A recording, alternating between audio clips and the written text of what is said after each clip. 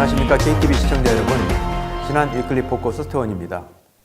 인도네시아 에너지 국영기업인 포르타미나는 지난주 인니 가스 소비가 공급을 앞지름에 따라 향후 가스 에너지 부족을 대비하고자 2030년까지 가스 기반 시설에 최대 800억 달러를 투자할 필요가 있다고 밝힌 바 있습니다. 경제 발전 및 중산층의 성장은 인니 에너지 소비의 핵심 요인으로 에너지 소비가 매년 가파르게 성장하고 있는 만큼 새로운 가스자원 개발과 기반시설 건설을 위해 투자가 시급하다는 것이 회사 측의 설명이었습니다. 이와 함께 한국의 한 발전회사가 남부 깔리만탄의 2메가와트급 석탄화력 발전소 건설 및 운영 사업의 재원 조달 성공을 축하하는 행사를 개최했습니다. 이 발전소는 2019년 3월부터 운전을 개시할 예정이며 발주처인 PLN과 전력 판매 계약을 통해 준공 후 25년간 약 27억 달러의 매출이 기대된다고 합니다. 이를 계기로 인니 정부가 심혈을 기울이고 있는 전력 인프라 개발에 대한 한국 기업의 진출이 탄력을 받을 수 있을 것으로 생각됩니다.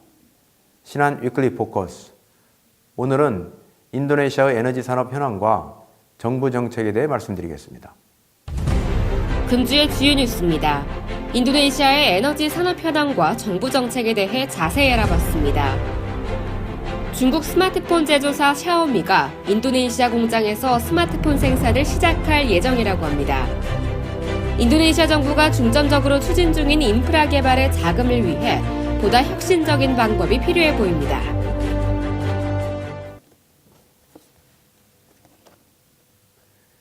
인도네시아 에너지 광물자원부에 따르면 인도네시아 석탄 매장량은 1,200억 톤에 달하며 확인된 석유 매장량은 37억 배럴, 그리고 천연가스는 100조 입방피트를 보유하고 있습니다.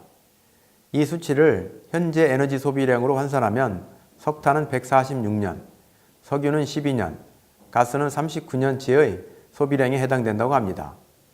인도네시아의 경우 석탄, 가스, 석유 매장량뿐만 아니라 생산량 또한 각각 세계 5위, 10위, 20위인 만큼 인도네시아는 에너지원으로 활용할 수 있는 다양한 천연자원을 보유하고 있습니다.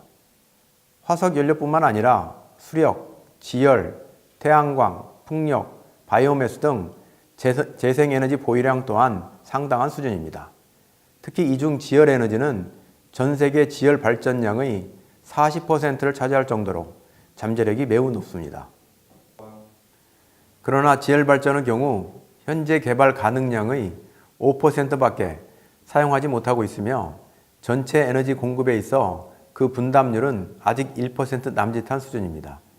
이렇듯 아직까지 인도네시아 에너지 공급의 대부분은 화석연료로 석유, 석탄, 가스 분담률이 각각 46%, 31%, 18% 수준으로 전체의 95%를 차지하고 있는 반면 전체 에너지원 중 재생에너지 비율은 5% 미만에 불과합니다.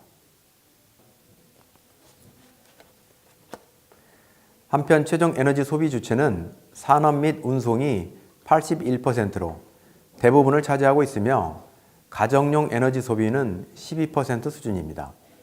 인구 세계 4위의 인도네시아에서는 경제 발전과 중산층의 가파른 증가와 함께 에너지 수요가 매년 5% 넘게 증가할 것으로 전망되는 만큼 2019년 이후에는 에너지 수요가 에너지 생산량을 초과하여 에너지 수입국으로 전환될 전망입니다. 1998년 독재자 수하르토가 유가 인상으로 촉발된 시위 때문에 권력을 내놓은 이후 인도네시아 정부는 에너지 보조금을 포함한 에너지 생산 및 소비 등 에너지 정책에 매우 심혈을 기울이고 있습니다. 그리고 인도네시아 에너지 정책은 국가에너지위원회가 승인하며 에너지광물자원부가 실행을 담당하고 있습니다. 정부의 에너지 분야에 대한 전반적인 전략은 다양성과 더불어 자국 에너지 연료를 최대한 활용하도록 유도하는 것으로 요약되며 이러한 국가 에너지 정책에 대한 그 내용들은 대통령령에도 명시되어 있습니다. 그리고 인니 정부는 향후 2025년까지 에너지 소비 중 원유, 석탄, 가스의 에너지 믹스를 각각 25%, 30%, 22% 수준까지 낮추고 재생 에너지를 23%까지 끌어올리는 것을 그 목표로 하고 있습니다. 인도네시아는 석유 생산국이지만 최근 투자 부족으로 인해 원유의 생산량이 감소하고 있는 반면 국내 수요는 지속적으로 증가함에 따라 원유 순수입 규모가 증가하는 추세입니다. 인도네시아 원유협회는 2019년에는 인도네시아가 세계 최대 원유 순수입국이 될 것으로 내다보고 있습니다. 실제 인도네시아는 이미 생산량의 배에 달하는 석유를 소비하는 원유 순수입국입니다. 산유락 감소의 원인으로는 매장량 고갈뿐만 아니라 기술적 문제와 신규 유전 개발을 위한 투자 부족에 기인하고 있습니다. 따라서 인도네시아는 2015년부터 에너지 안보 증대를 위해 석유, 가스 개발 및 공급에 있어 자금률 증대와 정부 통제를 강화하는 방향으로 석유가스법 개정 작업을 추진해 왔으며 2015년엔 오펙에도 다시 가입한 바 있습니다. 한편 인도네시아 정부는 자원 개발 부분에 외국인 투자 유치를 위해 지난달 생산물에 대한 분담 조건을 변경했습니다. 발표 내용에 따르면 기존의 개발 원가 회수 후 잔여분에 대한 투자자 분배 방식이 아닌 총 생산량을 기반으로 분배를 하는 내용으로 변경 시행되게 됩니다. 또한 인도 정부는 자국 내 안정적인 에너지 수급 균형을 위해 상대적으로 자원량이 풍부한 가스에 대한 의존도를 높일 것으로 전망됩니다. 따라서 정부는 자국 내 에너지 수요 충족을 위해 2040년까지 점진적으로 원유 및 가스 수출 비중을 감소시켜 자국 내 공급 비중을 100%로 높일 계획입니다. 더불어 인도네시아는 향후 10년 동안 원유 수출 비중을 현재 38%에서 15%로 감소시키고 장기적으로 정제 시설을 확충하여 자국산 원유의 100%를 정제할 계획을 갖고 있습니다. 가스 수출 비중 또한 현재 41%이지만 2040년까지 점진적으로 수출 비중을 감축하여 최종적으로 생산된 가스의 100%를 자국 내에서 소비할 예정입니다. 석탄의 경우 인도네시아는 세계 1위의 수출국으로 수마트라, 깔리만탄에 분포하고 있는 유연탄은 호주 석탄에 비해 열량은 낮으나 생산 원가가 저렴하고 유황 성분이 낮은 장점이 있습니다. 인도네시아의 풍부한 석탄 자원은 국가 중요 에너지원일 뿐만 아니라 인니의 수출 산업의 큰 성장 동력이 되고 있습니다. 최근 들어 세계적으로 고품질 석탄에 대한 수요는 증가하고 있어 상대적으로 저탄가에 속하는 인도네시아 석탄에 대한 수요가 감소하는 추세입니다. 작년 상반기까지 계속 이어진 석탄 가격 하락으로 인니의 석탄 산업은 몇 년간 고전을 면치 못했습니다. 그러나 석탄 최대 생산국인 중국이 석탄 생산 감축 정책을 펼치며 작년 하반기 이후 가격이 반등하는 그런 모습을 보이고는 있습니다.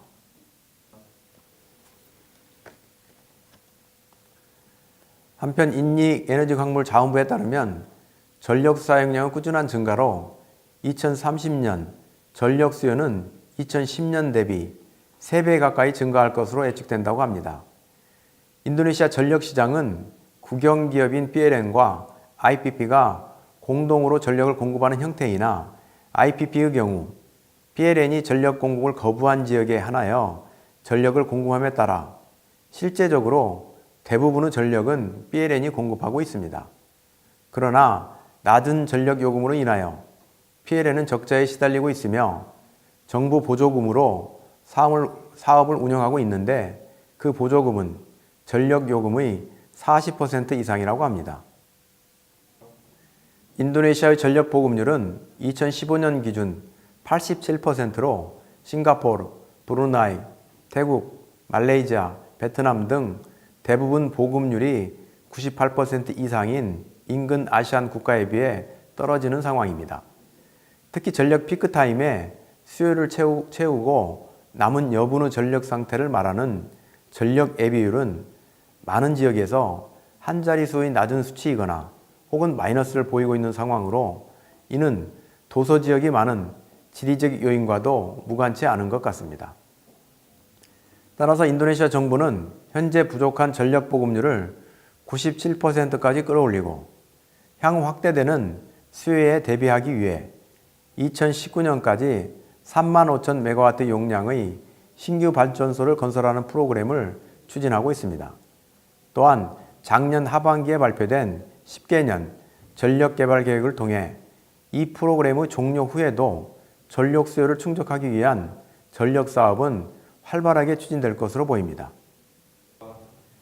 최근 인도네시아 발전 사업을 수주하기 위해 국내 기업들이 다수 진출하고 있으나 관련 당국으로부터의 정보 수집이나 계획의 잦은 변경으로 인해 어려움을 겪고 있는 것이 사실입니다.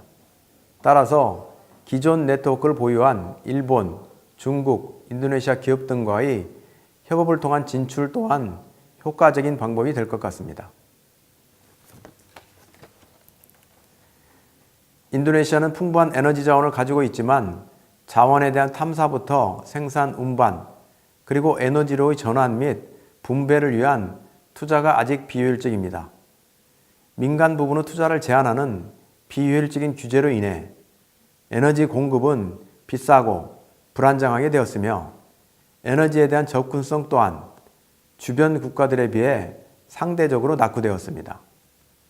거대한 중산층을 보유한 신흥 경제 국가로서 지속적인 성장을 위한 핵심 중 하나는 에너지원을 활용하고 관리하는 능력일 것이라는 전문가들의 지적이 많습니다. 따라서 중앙정부의 실효성 있는 에너지 정책 수립과 함께 해당 정책에 대한 지방정부 및 민간 부문과의 정책 공조를 통해 국가 경쟁력을 높일 수 있기를 기대해 봅니다.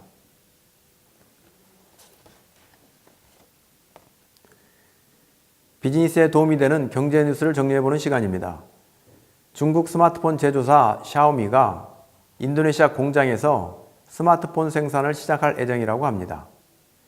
언론에 따르면 지난주 샤오미는 인도네시아 서부 바탐섬에 위치한 현지 공장에서 제품 생산에 착수할 예정이며 올해부터는 인도네시아에서 판매되는 스마트폰의 100%를 현지에서 생산한다고 합니다. 샤오미는 인도네시아 기업과 합작하여 인도네시아 현지에서 제품 생산에 들어갈 예정입니다. 근본 언론 발표를 통해 샤오미 측은 인도네시아의 성장 잠재력을 잘 알고 있고 이번 생산 개시는 샤오미에게 인도네시아 시장의 중요성을 보여주는 증거라며 현지 제품 생산의 이유를 밝히기도 했습니다. 바탐섬 공장에서는 이미 샤오미의 일부 모델이 시범 생산된 바 있으며 새롭게 출시되는 모델은 월 최대 100만 대 생산을 목표로 하여 인도네시아 시장을 공략할 예정이라고 합니다. 바탐섬은 인도네시아, 말레이시아, 싱가포르 경제 삼각구의 일부로서 떠오르는 교통의 중심지이자 공업도시로 잘 알려져 있는 만큼 샤오미는 현지 공장을 통해 동남아시아 내 전략적 입지를 확보할 수 있을 것으로 예상됩니다. 재작년 제정된 정보통신 법률에 따라 인도네시아에서 4G 제품을 판매하기 위해서는 스마트폰의 소프트웨어와 하드웨어에 대해 인도네시아 현지 제조 비율 최소치가 정해져 있습니다. 이에 따라 올해부터 판매되는 4G 스마트폰은 내부 하드웨어 또는 소프트웨어 중 최소 30%를 인도네시아산으로 만들어야 하며 2019년에는 40%로 높아질 예정입니다. 그리고 이 규정으로 인해 애플사 또한 자카르타에 R&D 센터를 건립한다는 뉴스를 작년 11월에 전해드린 바 있습니다. 한편 시장 조사기관에 따르면 지난해 샤오미의 중국 출하량은 4,150만 대로 2015년 대비 36%나 급감했으며 중국에서의 시장 점유율도 5위로 떨어지면서 해외 공략에 적극적으로 나서고 있습니다. 샤오미는 세계 두 번째로 큰 스마트폰 시장인 인도에서 작년 4분기 시장 점유율 11%로 2위로 올라서며 1위인 삼성전자를 맹추격하고 있습니다. 스마트폰은 새로운 격전지로 부상한 인도와 인도네시아에서 오포, 화웨이, 비보 등 중국 기업과 애플과 삼성 등 글로벌 플레이어와의 향후 치열한 경쟁에 관심이 모아지고 있습니다. 인도네시아 정부가 중점 추진 중인 인프라 개발을 위해 그 자금 마련에 있어 좀 더 공격적이고 혁신적인 방법을 모색해야 한다는데 전문가들의 의견이 모아지고 있습니다. 인도네시아 정부의 중장기 개발 계획에 따르면 2015년부터 2019년까지 5년간 필요한 자금은 3,600억 달러입니다. 그리고 이 금액의 41% 수준은 정부 재정을 통해 직접 충당할 예정이며 관련 국영기업이 22% 정도를 지원 예정이기 때문에 민간 부분을 통해 필요 조달지 금액은 전체 금액의 37% 수준인 1,300달러에 달합니다. 정부는 특히 2018년 자카르타 아시안게임에 앞서 인프라 개발을 더욱 서두르고 있습니다. 예를 들어 자카르타 내외곽을 운행할 경전철의 경우 아시안게임 개막전 개통을 위해 진행 속도에 더욱 열을 올리고 있는 모습입니다.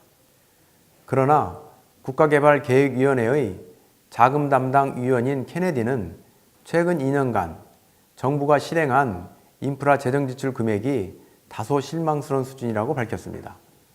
앞서 말씀드린 것처럼 정부는 해당 기간 동안 1,500억 달러의 재정 지출 계획을 세웠으나 현재까지 집행된 금액은 30% 수준인 456억 달러 수준에 불과합니다. 이는 불안정한 글로벌 경기와 저유가에 의한 세수가 불확실한 정부가 지출 계획을 세우는데 어려움을 겪고 있기 때문으로 풀이됩니다. 이렇게 계획한 인프라 개발을 위한 공공 부문의 자금 확충이 제한적인 만큼 족고이 정부가 민간 부문의 투자를 이끌어낼 수 있는 새로운 방법을 찾기 위한 노력을 하고는 있으나 거액을 필요로 하고 투자 기한 또한 장기간인 인프라 투자에 있어 지금과 같은 투자 환경에서는 목표한 민간 자본 금액을 끌어들이기가 쉽지 않을 것이라는 지적이 많습니다. 따라서 인프라 개발과 관련하여 활용자금 모집을 촉진하기 위해서는 소위 PPP, 즉 민간협력 투자 방식의 프로젝트에서 투자금액 회수에 대한 지급 가능성을 보완하는 다양한 방법을 모색해야 한다는 지적이 많습니다. 족고이 정부는 민간 부분의 미흡한 투자 금액을 보완하기 위해 국영기업의 인프라 개발 투자 금액이 확대되었으며 이에 따라 국영기업들은 투자 금액 조달을 위해 정부 제출에 의한 자본 확충 외에도 많은 양의 채권을 발행해 왔습니다. 그러나 작년 월드뱅크에서 조사한 전 세계 비즈니스 적합도에서 인도네시아는 91위로 아직 주변 경쟁국에 비해 미흡한 것으로 나타났으며 특히 공공기관의 관료주의와 높은 물리비용은 외국인을 비롯한 많은 민간 자본의 인리 투자를 주저하게 만드는 요인으로 지목되고 있는 만큼 현 정부가 추진 중인 부패 척결과 행정 효율화를 위한 개혁 또한 시급해 보입니다. 장기간에 걸쳐 거액이 소요되는 인프라 개발은 정부의 행정적, 금전적 지원이 뒷받침되어야 하는 만큼 현 정부의 정치적 안정을 통해 지속적이고 효과적인 인프라 개발이 절실해 보입니다. 우기로 일교차가 커지면서 주변에 감기로 고생하시는 분들이 많습니다. 감기는 기온이 떨어지면 전염성이 커지는 것으로 알고 있지만 실제로는 일교차가 커져 면역력이 떨어졌을 때 전염성이 커진다고 합니다. 감기를 유발하는 바이러스는 일상생활 중 주변에 항상 존재하고 있고 이에 대응하는 우리 몸의 방어 시스템에 문제가 있을 때 발병하고 전염성을 높인다는 의미죠. 항상 추운 극지방 거주민들이 별로 감기에 걸리지 않는 이유는 몸이 언제나 추위에 대비하고 있기 때문입니다. 인도네시아 전국도 글로벌 시장도 일교차가 매우 심합니다. 정치적 안정을 토대로 경제 계획을 추진해야 하는 인도네시아에게는 적지 않은 부담일 듯합니다. 발병 전 백신을 맞듯이 외부 변수에 사전적으로 대응하는 것이 좀 더 쉽게 위기를 극복하는 방법이 아닌가 생각해 봅니다. 시청해 주신 여러분 감사합니다.